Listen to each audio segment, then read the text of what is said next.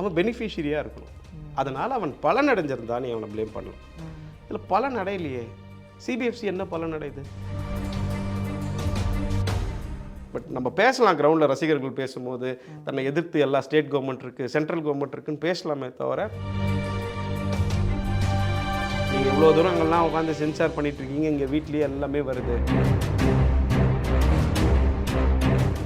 துரந்தர் படம், காஷ்மீர் ஃபைல்ஸ், இந்த மாதிரி படங்கள்லாம் இங்கே வந்து கொண்டாடப்பட்டுச்சு. மக்களால் வந்து ஏற்றுக்கொள்ளவும் பட்டிருக்கு சில இடங்களில்.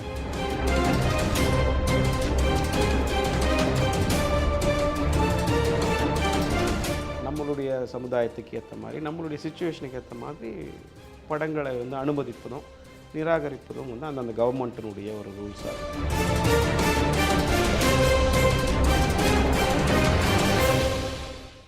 அவங்க ஆல்ரெடி ப்ரீ ரிலீஸில் ப்ரொடக்ஷன் காஸ்ட்டே எடுத்துட்டாங்க.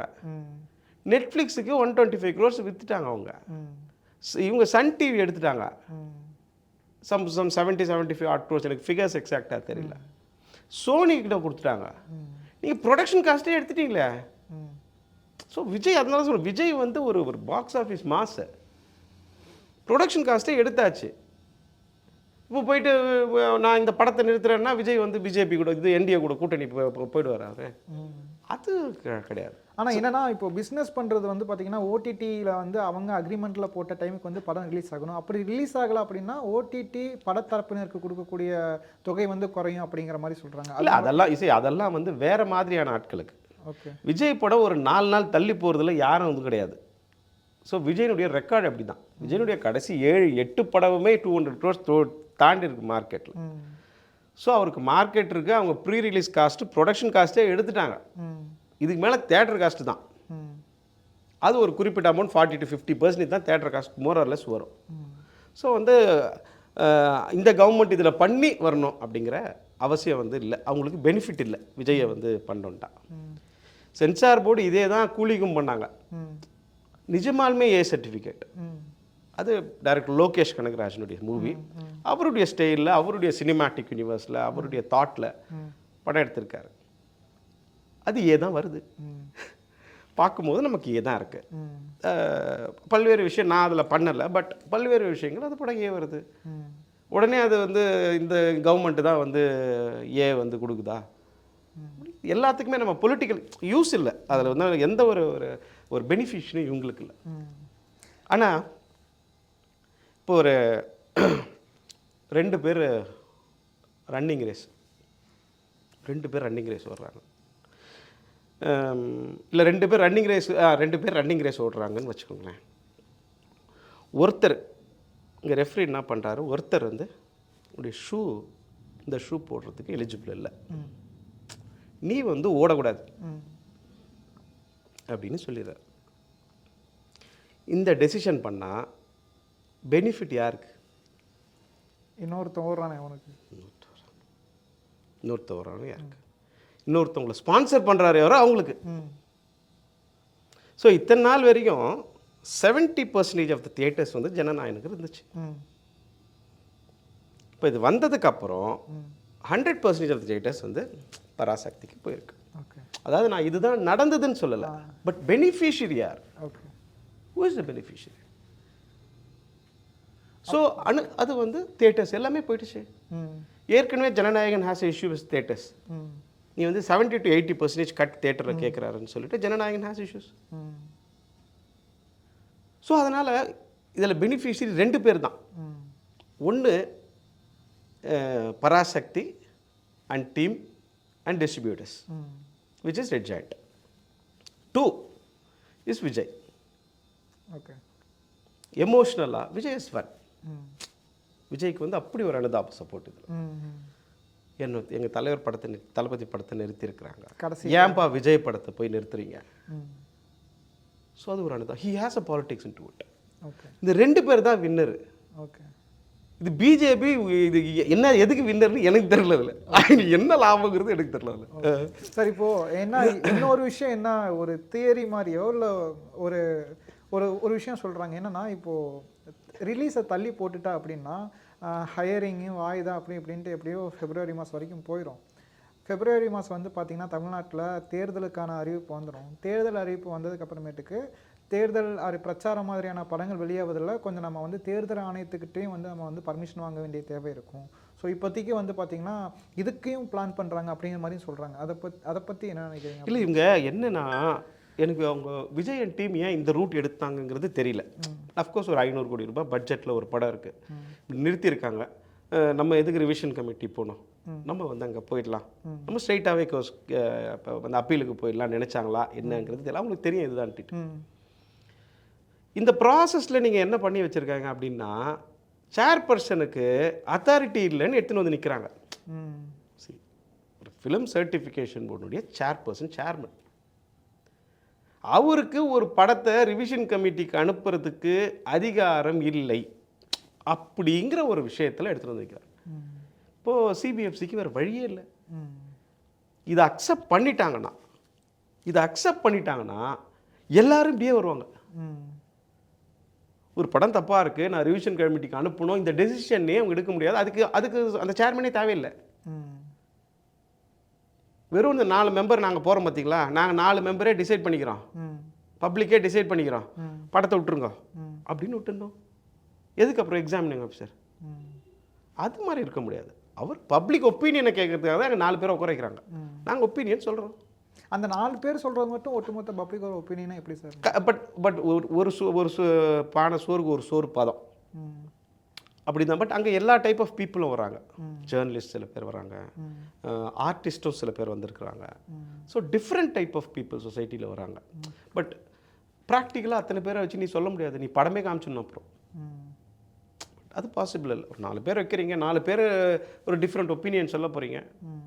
அந்த ஒப்பீனியன் இவர் உள்வாங்கிறாரு, எக்ஸாமினிங் ஆஃபீஸர். எதெல்லாம் கரெக்டு? சினிமாட்டோகிராஃப் 2024 படி what is correct and what is wrong? சமூக அமைதியே பண்ணக்கூடாது, டிஸ்டர்ப் பண்ணக்கூடாது, விமென் அண்ட் சைல்டு வந்து ஓவராக எக்ஸ்ட்ரீம் சைல்டு ரிலேட்டடான எக்ஸ்ட்ரீம் வயலன்ஸ் காமிக்கக்கூடாது, விமென் இருக்கக்கூடாது, ட்ரக்ஸ் இருக்கக்கூடாது, செக்ஷுவல் எக்ஸ்ப்ளாய்டேஷன் இருக்கக்கூடாது, ஸ்மோக்கிங் இது வந்து ஆல்கோஹால் வந்து பிராண்ட்ஸ் எல்லாம் அட்வர்டைஸ்மெண்ட்ஸ் பண்ணக்கூடாது. ஸோ இப்படி இதெல்லாம் இருக்கான்னு பார்த்துட்டு அவர் வந்து பண்ணுவார். நாங்கள் வந்து என்னுடைய ஒப்பீனியன் இந்த கருத்து சரியில்லை. அஃப்கோர்ஸ் பொலிட்டிக்கலாக சொல்லுவோம், எனக்கு ஒரு கட்சி பிடிச்சிருக்கு, இதை பற்றி தப்பாக சொல்கிறாங்கன்னா நம்ம சொல்லுவோம், இதை எப்படி தப்பாக இருக்குது, இது எப்படி இப்படி சொல்லலாம் அப்படின்னு சொல்லலாம். இல்லை ஏதோ ஒரு கவர்மெண்ட் ஸ்கீமை நக்கல் வருது, நக்கல் பண்ணியிருக்காங்க, அது எடுத்து சொல்ல இந்த மாதிரி ஒரு முக்கியமான ஸ்கீம் இதில் வந்து இந்த மாதிரி ஒரு ஃபன் ஒரு நக்கல் நெகேட் பண்ணுற மாதிரி இருக்குது. அதெல்லாம் அது வந்து டைரக்டர் சீரியஸாக இது வந்து என்னுடைய காமெடி சீன், இது எனக்கு ஒரு படத்தில் எனக்கு முக்கியம். இங்கே சிரிப்பான எனக்கு தெரியும் ஆடியன்ஸ், நாங்கள் தாங்க வைக்கிறேன். இது ஒரு கண்டென்ட் கிரியேட்டர்னுடைய ஃப்ரீடம். அப்படி நம்ம ஒரு எக்ஸாம் அதை விட்டுறாரு. ஸோ அது ஒரு ஃபன்னுக்காக பண்ணுறாங்க. இது வேணும்னே இன்டென்ஷனலாக இட்ஸ் அ ஃபன், ஒரு கேஷுவல் டாக் அப்படின்னு சொல்லிட்டு விட்டுறாங்க. ஓகே சார், இப்போது நீங்கள் சொன்னீங்க ஆர்மடு ஃபோர்ஸஸ் பற்றின விஷயங்களாக இருந்தால் அலோவ் பண்ண மாட்டாங்க அப்படின்ட்டு. பட் ஆர்மடு ஃபோர்ஸஸ் பற்றி பண்ணுறதா இருந்தால் நம்ம ஃபஸ்ட்டு அவங்கக்கிட்ட என்ஓசி வாங்கியிருக்கணும்ல. அப்போ அவங்க அது கிளியர் பண்ணி தானே கொடுத்துருப்பாங்க. அது அங்கே கிளியர் பண்ண விஷயம் வந்து இங்கே எப்படி கேள்விக்குள்ளாக்கப்படுது? இல்லை, ஆர்ம்டு ஃபோர்ஸஸை பற்றினா இவங்க படத்தில் என்ன சொல்லியிருக்காங்கன்னு தெரியல. ஒன்று ஆர்ம்டு ஃபோர்ஸஸ் எம்ப்ளமை யூஸ் பண்ணலாமாங்கிறது தெரியல. இவங்க என்ஓசி என்ன வாங்கியிருக்காங்க, ப்ரொடியூஸ் பண்ணியிருக்காங்கங்கிறது தெரியல. கோர்ட் சொன்ன மெட்டீரியல்ஸ்லேயும் இந்த மாதிரி எல்லாமே இருக்குது அப்படிங்கிற விஷயமும் வந்து இல்லை. அவங்க வந்து சொல்லலை, எல்லாமே பண்ணியிருக்காங்க. இதை படத்தை பற்றிலாம் அவங்க சொல்லலை, கோர்ட்டை பற்றி சொல்லலை. ஸோ அவங்க டீட்டெயில்ஸ் கேட்டிருக்காங்க. ஆர்ம்ட் ஃபோர்ஸஸை பற்றி பண்ணியிருக்கீங்க, அதனுடைய விஷயமா ஒரு விஷயம் ஏதோ சொல்லியிருக்காங்க, சம்திங் சொல்லியிருக்காங்க, இல்லை ஏதோ சம் ஆஃப் பேட்டர்ன் அவங்க பிஹேவ் பண்ணியிருந்துருக்கலாம். அது என்னென்னு ஒரு எக்ஸ்ப்ளனேஷன் கேட்டிருப்பாங்க. ஜெனுவின் எக்ஸ்ப்ளனேஷன் அது நீங்கள் கொடுத்துருந்துருக்கலாம். இது போயிட்டு சென்சார் போர்டு போயிட்டு உட்காந்துட்டு பண்ணுது, இல்லை இந்த கட்சி போய் உட்காந்துட்டு பண்ணுது அப்படிங்கிறது ஒன்றும் இல்லை. சென்ட்ரல் கவர்மெண்ட் பண்ணோன்னா இப்போ எவ்வளோ வழியில் தூக்கி போட்டு பண்ணுறதுக்கு போயிட்டு சிபிஎஃப்சிக்கு போய் உட்காந்து ஃபோன் அடிச்சுக்கிட்டு இதை பண்ண அதுதான் அந்த வேலை. அந்த அளவுக்குலாம் நம்ம இவங்க யாருமே போக மாட்டாங்க. அது அங்கேருந்து தானே தோற்றமே ஆரம்பிக்குது. அது சொல்கிறேன். அதே மாதிரி சிபிஎஃப்சி சரி அப்படியே நிறுத்தணும்னா கூட வச்சுங்க, அடுத்தது நான் சொல்லிடுறேன். உண்மையாலுமே அதை அப்படி நிறுத்தணும் அப்படின்னு அதாவது நீங்கள் சொல்கிற இந்த சின்ன ரூட்டு எது, இந்த ஒரு படத்தை இந்த சீப்பை ஒழிச்சு வச்சா கல்யாணம் நின்றுடுன்ற கணக்கில் நீங்கள் வந்து சிபிஎஃப்சி மூலமாக படத்தை நிறுத்தி உடனே விஜய் வந்து என்டிஏ கூட்டணிக்கு போய் ஜாயின் பண்ணிடுவாருன்னு ஒரு பேச்சுக்கு வச்சுக்கினா கூட என்ன நியாயமாக பண்ணியிருக்கணும்? இந்த 5ஆம் தேதி கொடுத்தாங்கல்ல, இந்த கொடுத்துட்ட அப்புறம் இந்த கோர்ட்டுக்கு இன்னும் ஒரு 10 நாள் 5 நாள் வராமல் இருக்காங்கன்னு வச்சுக்கோங்க, பேச்சுக்கு சொல்கிறேன், இன்னும் ஒரு 2 நாள் டைம் கொடுங்க. ஏதோ ஒரு ரீசனில் டாக்குமெண்ட் ப்ரிப்பேர் பண்ணோம், பண்ணியிருந்தோன்னா 13ஆம் தேதி கோர்ட் லீவு, 13லேருந்து 18 வரைக்கும் லீவ், பொங்கல் ஹாலிடே, அப்படியே விட்டு பொங்கல் விண்டோ விட்டு 21ஆம் தேதி பார்த்துக்கலாமான்ட்டு விட்டு வர எவ்வளோ நேரம் ஆக போகுது?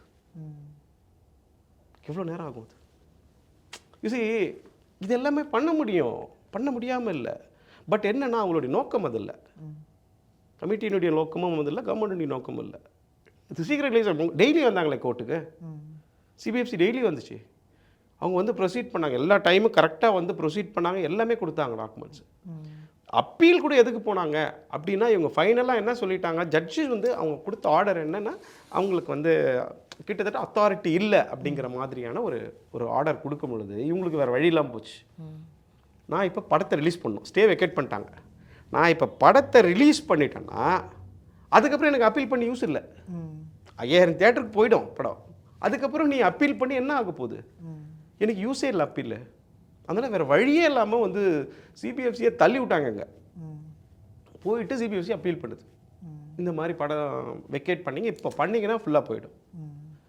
எனக்கு வந்து என்னுடைய சைட் ஆஃப் எக்ஸ்பிளனேஷனே நீங்கள் கேட்கல. பிரின்சிபல் ஆஃப் நேச்சுரல் ஜஸ்டிஸ்ன்னு சொல்லக்கூடிய 2 வாதி பிரதிவாதி 2 பேர்கிட்ட எக்ஸ்பிளனேஷனை கேட்டுட்டு தான் ப்ராப்பர் எக்ஸ்பிளனேஷன் என்ன முடிச்சிட்டேன் என்னுடைய அந்த லெவலில் இருந்தால் தான் பிரின்சிபல் ஆஃப் நேச்சுரல் ஜஸ்டிஸ். இதில் அவங்களுடைய தரப்பு கேட்கல, நாங்கள் இன்னும் டாக்குமெண்ட் நாங்கள் சப்மிட் பண்ண வேண்டிய ரெஸ்பான்ஸை நீங்கள் கேட்கல, கேட்கணும் அப்படின்னு சொல்லிட்டு அப்ளை பண்ணும்போது தான் டிவிஷன் பெஞ்ச் என்ன சொல்லுது, 21st ஹியரிங்னு வைக்குது. ஸோ இந்த 21st ஹியரிங்கு போனதுக்கான காரணம் சிபிஎஃப்சியா விஜய் டீமா அப்படிங்கிறத ஜனங்க தான் டிசைட் பண்ணணும். விஜய் டீமா எப்படி சார் இருக்க முடியும்? அவர் படத்தை அவரே எப்படி தள்ளி போடுவார்? ஒன்று ஆர்சிக்கு போயிருந்தால் அப்பயே முடிஞ்சிருக்கும், 2 நாள் 3 நாள்லேயே ஆர்சியை முடிஞ்சிருக்கும். இதை வந்து இவ்வளவு தூரம் கேஸுக்கு எடுத்துகிட்டு வந்து இந்த மாதிரி வந்துச்சுன்னா இது டிலே ஆகுங்கிறது நிச்சயமாக அவங்களுக்கு தெரியும். இப்போ சேர்பர்சனுக்கே அதிகாரம் இல்லை அப்படிங்கிற லெவலுக்கு வந்து அது அவங்களுக்கு எல்லாருக்குமே தெரியும், அது என்ன ஏது விஷயம் அப்படிங்கிறது தெரியும். பட் இவங்க எந்த நோக்கத்தில் அப்படி பண்ணியிருக்காங்க அப்படிங்கிறது எனக்கு தெரியல. ஒரு வேளை லேட்டாக ரிலீஸ் பண்ணலான்னு நினைக்கிறாங்களோ தெரில எனக்கு. பராசக்தி கொஞ்சம் முடியட்டும்பா, ஒரு 5 நாள். நீங்கள் சொல்கிற பார்த்தா பராசக்தி பயந்துட்டாங்கிற மாதிரி சொல்கிறீங்க. பராசக்தி இல்லை சார், அப்படிலாம் நான் சொல்லலை. பட் அது அவங்க ஒரு மிஸ்டேக்காக இருக்கலாம். ஏன் இந்த ஸ்டெப் எடுத்தாங்கன்னு தெரியல. பொங்கலுக்குன்னா நிச்சயமாக வந்திருக்கும், அவங்க ஆர்சி போனாலே வந்துட்டு இருக்கோம். இப்போ திடீர்னு இவ்வளோ தேட்டர் ஜனநாயகனுக்கு கிடச்சி டக்குன்னு ஒரே நாளில் டிக்கெட் எல்லாம் மாறி கோர்ட்லேயும் கேட்குறாங்க, சர்டிஃபிகேட்டாக வராமல் எதுக்கு புக்கிங் வாங்கினீங்க? நிறைய தேட்டரை திக்க கொடுத்து நீங்கள் வந்து ஆர்டிஃபிஷியலாக அர்ஜென்சியை க்ரியேட் பண்ணி அர்ஜென்ட்டுக்கெலாம் இங்கே நான் உட்காந்து வேலை பார்த்துக்க முடியாது. ஸோ பிரச்சனை என்னன்னா, படம் ரிலீஸ் ஆகிறது உனக்கு அவ்வளோ பேர் அஃப்கோர்ஸ் நீங்கள் காசு போட்டிங்க கேட்பீங்க, ரைட்டு தான். நான் சர்டிஃபிகேட்டை கொடுத்துட்றப்ப ஜனக்கிட்ட தானே காசு வாங்குறீங்க, புக்கிங் வாங்குறீங்க. அத்தனை பேர் அவன் புக் பண்ணிட்டு உட்காந்துருக்கான். நீங்கள் அது அப்புறம் எல்லாருக்கும் ரீஃபண்ட் பண்ணணும், 100 நாள் பண்ணணும், எல்லா விஷயங்களும் இருக்குது. நீங்கள் வந்து புக்கிங்கை வாங்கிட்டீங்க முன்னாடியே. புக்கிங்கை வாங்கிட்டு இப்போ எனக்கு 9ஆம் தேதி ரிலீஸ் பண்ணணும், 9ஆம் தேதி ரிலீஸ் பண்ணணும்னு கோர்ட்டில் போய் கேட்டிங்கன்னா, அர்ஜென்ட்டுக்கெலாம் நாங்கள் வந்து இந்த மாதிரி ஆர்டிஃபிஷியலாக அர்ஜென்சி க்ரியேட் பண்ணியிருக்கீங்கன்னு கேட்டுருக்காங்க கோர்ட். ஓகே, அப்போ நீங்கள் சொல்கிறது படி இன்னொரு விஷயமும் வருது. இப்போது படத்துக்கு சர்டிஃபிகேட் வாங்குறதுனா நம்ம வந்து இந்த மாதிரி பிரச்சனைகள் வரும்னு தெரிந்திருந்தால் ஒரு 2-3 மாதத்துக்கு முன்னாடியே கூட நம்ம சர்டிஃபிகேட் வாங்கியிருக்கலாம். ஏன் ரிலீஸ் டைமில் வந்து சர்டிஃபிகேட் வாங்குறாங்க அப்படிங்கிற ஒரு கேள்வி வருது. ஸோ அது நீங்கள் சொல்கிறது பார்த்தா விஜய் தெரிஞ்சே தான் பண்ணுறாரு அப்படிங்கிற மாதிரி இருக்குது. இதில் தெரிஞ்சு பண்ணுறாரு இல்லைன்றது நமக்கு தெரியல. பட் ஆனால் இதெல்லாம் வந்து ஒரு சர்க்கம்ஸ்டான்சஸ் இப்படி தான் இருக்குது. 3 மாதம் முன்னாடி அவங்க வர முடியாது. என்கிட்ட படம் வந்து டைட்டாக இருக்கும், எடிட்டிங்லேருந்து ஃபைனலாக கம்ப்ளீட் பண்ணி இந்த லாஸ்ட் மினிட்ல தான் எடுத்துகிட்டு வருவாங்க. அது ஆல்மோஸ்ட் எல்லா ப்ரொடியூசருமே லாஸ்ட் மினிட்ல தான் எடுத்துகிட்டு வராங்க. சார் இன்னும் ஒரு 15 நாள் 20 நாளில் படம் ரிலீஸ் வச்சுருக்கு, எனக்கு கொஞ்சம் முடிச்சிருங்க, அதுக்குள்ளே எனக்கு கொஞ்சம் ப்ராசஸ் ரெடி பண்ணி கொடுங்க. நம்ம என்ன பண்ணுவோம், எக்ஸாமினிங் கமிட்டியை ரெடி பண்ணிவிட்டு ஷெட்யூல் பண்ணிவிட்டு அந்த ப்ராசஸை அந்த டைமில் முடிக்க பார்ப்போங்க. அவ்வளோதான். விஜய்க்கும் அது தெரிஞ்சிருக்கும், அவர் விஜய் டீமுக்கும் அவங்க தெரிஞ்சிருக்கும். பிகாஸ் விஜய் இதில் எந்த அளவுக்கு இன்வால்வ் ஆயிருப்பார்னு எனக்கு தெரியல. பட் விஜய் டீமுக்கு டெஃபினட்டாக தெரிஞ்சிருக்கும், அவங்க அவ்வளோ எக்ஸ்பீரியன்ஸ் பீப்புள் இதில். விஜய் சாரும் சரி இல்லை கேவிஎன் ப்ரொடக்ஷன் அவங்க வந்து பேன் இண்டியா லெவலில் படம் பண்ணிட்டு இருக்காங்க. வினோத் சாரும் நிறைய படங்கள் பண்ணியிருக்காரு. அப்படி இருக்கிறப்பயும் இந்த பிரச்சனைகள்லாம் நடந்திருக்கு அப்படின்னா அது என்ன காரணமாக இருக்குன்னு நினைக்கிறீங்க? இல்லை காரணமாக தான் நான் 2 காரணம் சொல்லிட்டேன். ஒன்று நீங்கள் பொலிட்டிக்கல் ரீசன்னா பொலிட்டிக்கல் ரீசனில் யார் பெனிஃபிஷியரின்னு நீங்கள் தான் டிசைட் பண்ணணும். கமர்ஷியல் ரீசன்னா கமர்ஷியல் ரீசனுக்கு யார் பெனிஃபிஷியரிங்கிறது நமக்கு தெரியும். ஸோ ஆக மொத்தம் வந்து இது வந்து தெரிஞ்சு விட்டாங்களா தெரியாமல் விட்டாங்களாங்கிறது தெரியல. இஷ்யூ ஆகிடுச்சு. சிபிஎஃப்சி பலிகடா யாருன்னா சிபிஎஃப்சியும் சென்ட்ரல் கவர்மெண்ட்டும். அவன் சும்மா வேடி பார்த்துருக்காங்க. ஆனால் பின்னாடி எங்கள் பெரிய பிஸ்னஸே மாறி போச்சு. கண்டிப்பாக இத்தனாயிரம் தேட்டர் மாறி போச்சு, காசு மாறி போச்சு, எல்லாமே மாறி போச்சு. நீங்கள் என்னன்னா சுத்தமாக சம்மந்தமே இல்லாத ஒரு ஆள் சிபிஎஃப்சியை போட்டு அடிட்டு அடிச்சுக்கிட்டு அங்கெங்கேயோ ஒரு பிஜேபி அங்கே ஏதோ மோடியும் அமித்ஷாவும் இங்கே ஃபோன் பண்ணிப்போ எனக்கு ஜனநாயகத்தை முடிட்டு நிறுத்தி ஆகணும், நீங்கள் வந்து உடனே நிறுத்துங்க அப்படின்னு சண்டை போட்ட மாதிரியும். ஸோ அதெல்லாம் சும்மா பேசுறது. இது வந்து ஆனால் ஒன்று ப்ரொசீஜரலாக இருக்கலாம். ஒரு ரீசனபிளாக ஒரு ப்ரொசீஜரல் டிலே. டெஃபினட்டாக இது ஒரு அட்மினிஸ்ட்ரேஷனில் ஒரு ப்ரொசீஜரல் டிலேவாக தான் இதை நம்ம வந்து டெஃபினட்டாக பார்க்கணும். அவங்க விஜய் டீமும் இன்னும் கொஞ்சம் இதை மெச்சூர்டாக வந்து நம்ம டெஃபினட்டாக ஹேண்டில் பண்ணியிருக்கலாம். இது ஈஸியாக சால்வ் பண்ணி அவங்க எடுத்துகிட்டு வந்திருக்கலாம். அந்த ஒரு விண்டோவை அவங்க மிஸ் பண்ணி ஒரு எதிர்ப்பான ரூட்டுக்கு போனதுனால இன்னும் கொஞ்சம் அது டிலே ஆகிற மாதிரி தான் எனக்கு தெரியுது சார். ஸோ இப்போ வந்து பார்த்தீங்கன்னா உங்களுடைய அனுபவத்தில் சொல்லுங்கள், இந்த போக்கெல்லாம் தாண்டி இந்த வழக்கெல்லாம் தாண்டி படம் ரிலீஸ் ஆகிறதுக்கு இன்னும் எத்தனை நாள் ஆகும்னு நினைக்கிறீங்க? இல்லை 21st ஹியரிங்னு சொல்லியிருக்காங்க.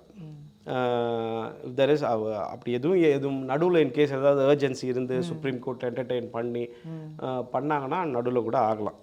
பட் அப்படி அந்த மாதிரி அவங்க அக்செப்ட் பண்ணி பிகாஸ் அவங்க இந்த ஜெனுவின் அவசர வழக்காக கன்சிடர் பண்ணணும் சுப்ரீம் கோர்ட்டு. ஸோ இவங்க அதனால தான் முகுல் ரோக்தாகியை கூட்டின்னு வந்திருக்காங்க. ஸோ முகுல் ரோக்தாகி வந்து அவர் வந்து உதயநிதி ஸ்டாலினுக்கும் சனாதன தர்மம் கமெண்ட்டில் அவர் தான் லாயராக இருக்கிறாரு. இப்போ விஜய் நடனா இவரையும் கூட்டின்னு வந்திருக்காருன்னா இவருக்கு நல்லா தெரியும் யார் வந்து இதை வந்து பண்ணுறாங்க, பொலிட்டிக்கலாக யார் மோட்டிவேட் பண்ணுறாங்கன்னு தெரிஞ்சு தான் இவர் வந்து முகுல் ரோக்தாகி இவர் கூப்பிட்டு வந்திருக்கணும். ஸோ அவர் சுப்ரீம் கோர்ட்லேயும் அவர் ரொம்ப செல்வாக்கான லாயருங்கிறது எல்லாருக்குமே தெரியும் முகுல் ரோக்தாகி. ஸோ அந்த வகையில் மேபி ஏதாவது செஞ்சு which ever the legal roots the have. Sir நீங்கள் சொல்கிறதெல்லாம் பார்த்தா திமுக விஜய் தான் கூட்டணி வச்சுருக்க சொல்கிறீங்க சார்.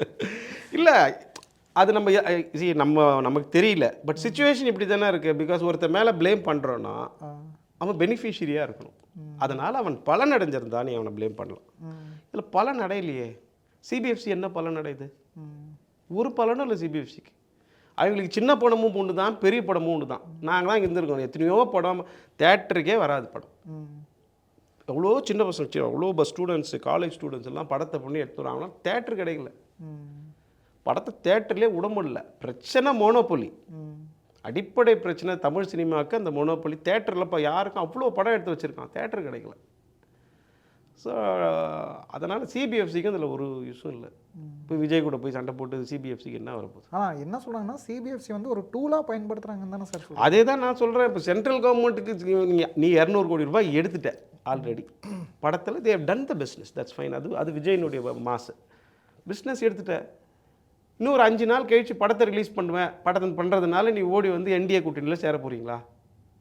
வாய்ப்பு சேரலாம் இல்லை. அந்த அளவுக்கு மோசமாக பிளான் போடுவாங்க இவங்க பிஜேபி.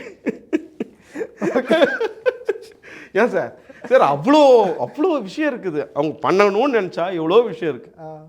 அது எல்லாத்தையும் விட்டுட்டு சிபிஎஃப்சியில் போய் உட்காந்துனேப்பா ஜனநாயகன்னு ஒரு படம் வருதான், அந்த படத்தை நீ நிறுத்திட்டினா விஜய் வந்து என்டிஏ கூட்டணிக்கு வந்துடுவாராம் அப்படிங்கிறது வந்து எந்த அளவுக்கு ஒரு ஏற்புடைய வாதம் அப்படின்னு தெரியல. பட் நம்ம பேசலாம் கிரவுண்டில் ரசிகர்கள் பேசும்போது தன்னை எதிர்த்து எல்லா ஸ்டேட் கவர்மெண்ட் இருக்குது சென்ட்ரல் கவர்மெண்ட் இருக்குன்னு பேசலாமே தவிர பட் லாஜிக்கலாக பார்த்தோன்னா அது டேலி ஆகலை அப்படிங்கிறது தான் என்னுடைய கருத்து. ஓகே சார், ஜனநாயகன் அப்படியே வச்சுருவோம். மீண்டும் பராசக்திக்கு வரலாம். இப்போ பராசக்தியில் வந்து பார்த்தீங்கன்னா பேரறிஞர் அண்ணாவுடைய ஒரு ஃபேமஸான டைலாக் ஒன்று இருக்குது. என்னென்னா, நான் ஆட்சியில் இருக்கிறப்போ நான் கொண்டு வந்த விஷயங்களெல்லாம் மாற்ற நினைக்கிறப்போ உங்களுக்கு ஒரு பயம் வரும். அந்த பயம் இருக்கிற வரைக்கும் இந்த தமிழ்நாட்டை வந்து அண்ணா தான் ஆண்டுட்ருக்கான் அப்படின்ட்டு ஒரு விஷயம் பேசியிருப்பாரு. ரொம்ப பரவலான விஷயம், அது எல்லாருக்கும் ஞாபகம் இருக்கக்கூடிய விஷயம். அது டைலாக்காக வச்சுருக்காங்க. அந்த டைலாக்கை வந்து எடுக்க சொல்லியிருக்காங்க சிபிஎஃப்சி, அதை தூக்க சொல்லியிருக்காங்க. அது எதனால் தூக்க சொல்லியிருக்காங்க அப்படின்னு நீங்கள் நினைக்கிறீங்க? அதை எதனால், அதில் என்ன தவறாக இருக்கும்னு நினைக்கிறீங்க நீங்கள்? இல்லை இவங்க அதாவது நம்ம படம் பார்க்காத வரைக்கும் கான்டெக்ஸ்ட்டை சொல்ல முடியாது. டைலாக் பொறுத்த வரைக்கும் கரெக்டு. இவர் அது எந்த சிச்சுவேஷனில் அந்த டைலாக் சொல்லியிருக்காருங்கிறது நமக்கு தெரியல. அண்ணா சொன்னார் அப்படின்னு சொல்லி இந்த டைலாகை சொல்லியிருந்தா எந்த பிரச்சனையுமே இல்லை. பிகாஸ் ஃபேக்ட் ஃபேக்ட் வந்து நீங்கள் ஒன்றுமே பண்ண முடியாது. சென்சாரோ சர்டிஃபிகேஷனோ சென்சாரோ ஒன்றுமே பண்ண முடியாது. தலைவர் சொன்னார், இல்லை இந்த புக்கில் இதான் கூட்டாயிருக்கு, அதிகாரப்பூர்வ புக்கில் கூட்டாயிடுச்சுன்னா சென்சாரில் ஒன்றுமே பண்ண முடியாது. பட் அந்த விஷயத்தை நீங்கள் எப்படி யூஸ் பண்ணியிருக்கீங்க? அண்ணா அப்போ அது எந்த கான்டெக்ஸ்ட்டை சொன்னார், இப்போ உங்கள் படத்தில் நீங்கள் அது என்ன கான்டெக்டாக சொல்கிறீங்க? யார் உங்களுக்கு எளிமையாக சித்தரிக்கிறீங்க?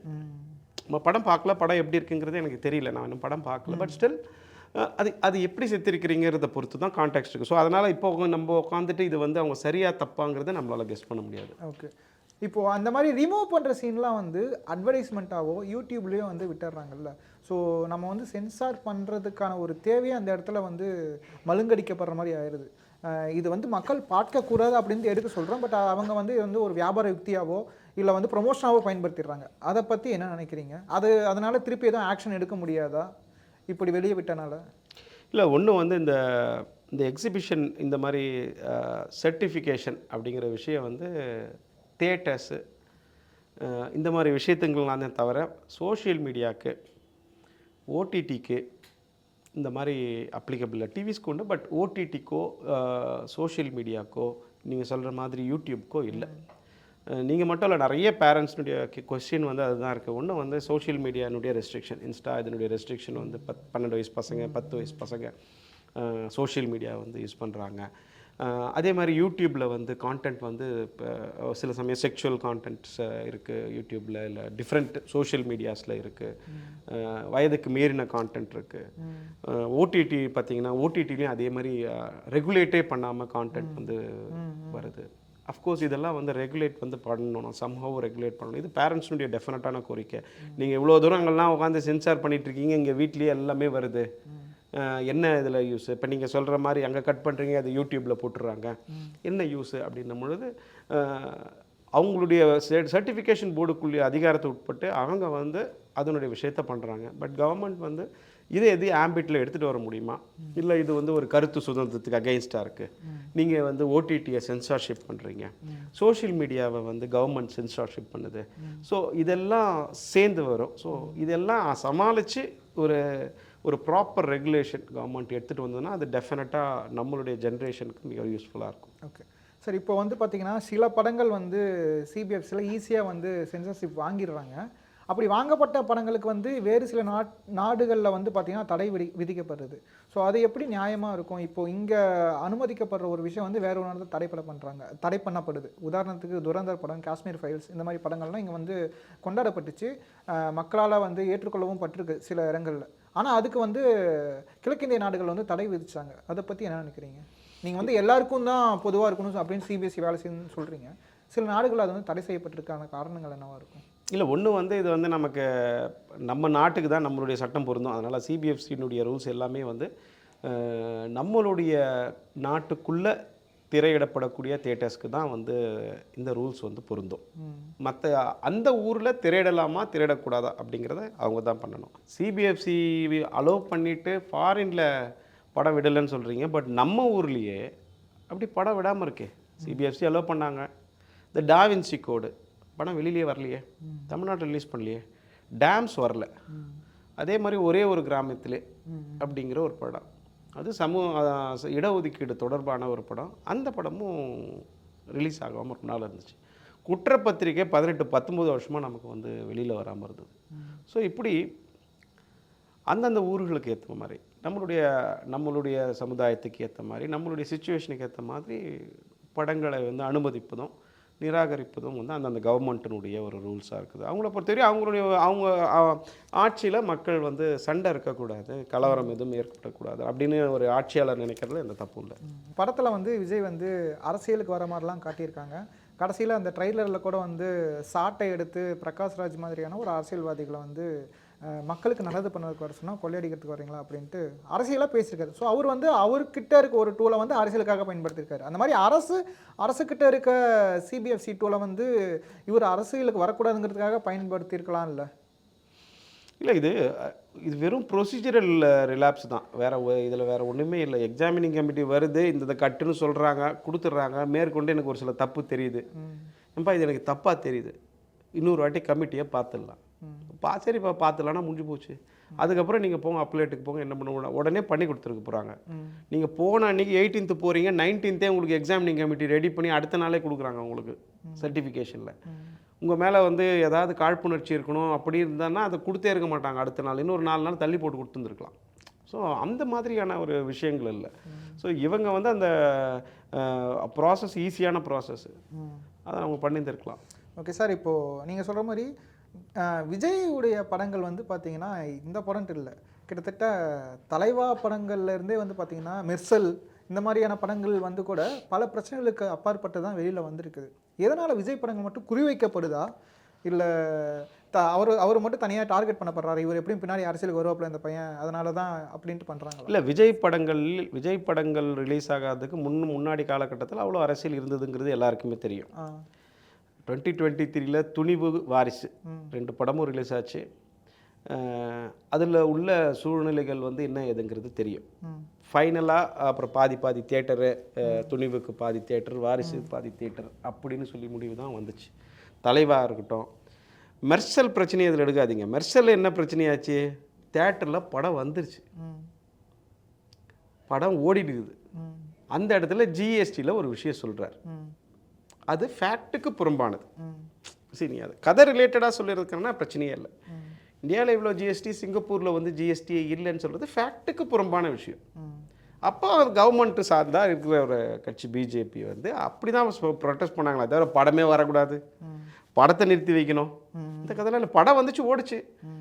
இன்னும் சொல்லப்போனால் ஓட வச்சதே நிறைய பிஜேபி தான், அவ்வளோ பேரை சொல்லி அதை சொல்லி படம் ஓடிச்சு. ஸோ அந்த மாதிரி யாருமே வந்து பண்ணல. பட் விஜய்க்கு வந்துச்சு இந்த மற்ற படங்கள் எல்லாம் இஷ்யூ வந்திருக்கு. அவருடைய பொலிட்டிக்கல் ஆஸ்பிரேஷன்ஸ் தெரியுது. இன்னொன்று கமர்ஷியல் விஷயங்களும் இருக்குது. Who is the king of box office? இங்கே இருக்கிற சினிமா துறையினுடைய ராஜா யார் இங்கே சினிமா துறையை தமிழ்நாட்டில் தன் கண்ட்ரோலில் வச்சுக்கிறது? சில படங்கள் வந்து அந்த மாதிரி சர்டிஃபிகேட்டை வாங்கிட்டு வந்து பிரச்சனைகளுக்கு உள்ளாக்கப்படுது. அது எதனால் நடக்குதுன்னு நினைக்கிறீங்க? ஒருவேளை சிபிஎஃப்சி தன்னுடைய வேலையை சரியாக பண்ணியிருக்காதனாலயா இருக்குமா? இல்லை, இப்போ தக் லைஃப் படம் வந்துச்சு. ஆமாம், தக் லைஃப் படம் வந்துச்சு, கொடுத்தாச்சு. கர்நாடகாவில் படம் உள்ள, அது யார் தப்பு? நீங்கள் கம்முன்னு இருந்தீங்கன்னா படம் ஓடி இருக்கும், படம் பிரச்சனையே இல்லாமல் வந்திருக்கும். ஒரு கருத்து சொல்கிறேன்னு சொல்லி, அதை சொல்கிறேன்னு சொல்லி, நீ அவங்க அந்த ஊரினுடைய மக்களை லாங்குவேஜை வந்து விஷயமா பண்ணி, அதனால தான் அந்த படம் இல்லை. ஒவ்வொரு விஷயமும் இப்படி தான் நடக்குது. இப்போ விஸ்வரூபம் அதே மாதிரி வந்துச்சு. விஸ்வரூபமில் சென்சார் வந்து கொடுத்தும் கூட என்ன ஆஸ்பர்ஷன் அப்படின்னா, இந்த படம் ஒரு சமூக பதற்றத்தை ஏற்படுத்தும் அப்படின்றது கவர்மெண்ட்டுடைய ஃபீட்பேக். ஸோ அந்த படம் 15 days வந்து ஹோல்ட் பண்ணாங்க. இதே மாதிரி தான் டாவின்சி கோடு, அது கிறிஸ்டியன்ஸ்க்கு அகெயின்ஸ்டாக இருக்குது அப்படின்னு சொல்லும் போது அங்கே ரெப்ரசன்டேஷன் கொடுக்கும்பொழுது அப்போ என்ன பண்ணாங்க, கவர்மெண்ட் அதை ஸ்டாப் பண்ணாங்க. டேம் முல்லை பெரியார் ரிலேட்டடாக சர்ச்சைக்குரியதாக இருந்துச்சுன்னு சொன்னாங்க.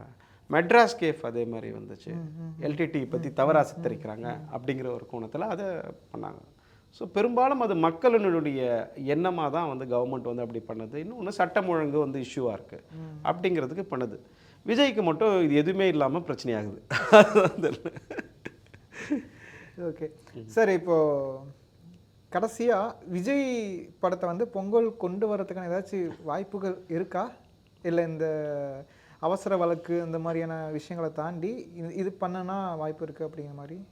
இல்லை, இது எல்லாமே வந்து அந்த சிபிஎஃப்சி ஃப்ரேம் ஒர்க்குள்ளே வச்சுருந்தாங்கன்னு வச்சுக்கோங்களேன், இது எல்லாமே பாசிபிள்.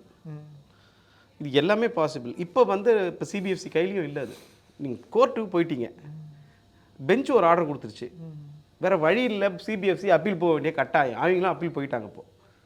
இப்போ வந்து யாருமே என்னமோ சொல்ல முடியாது.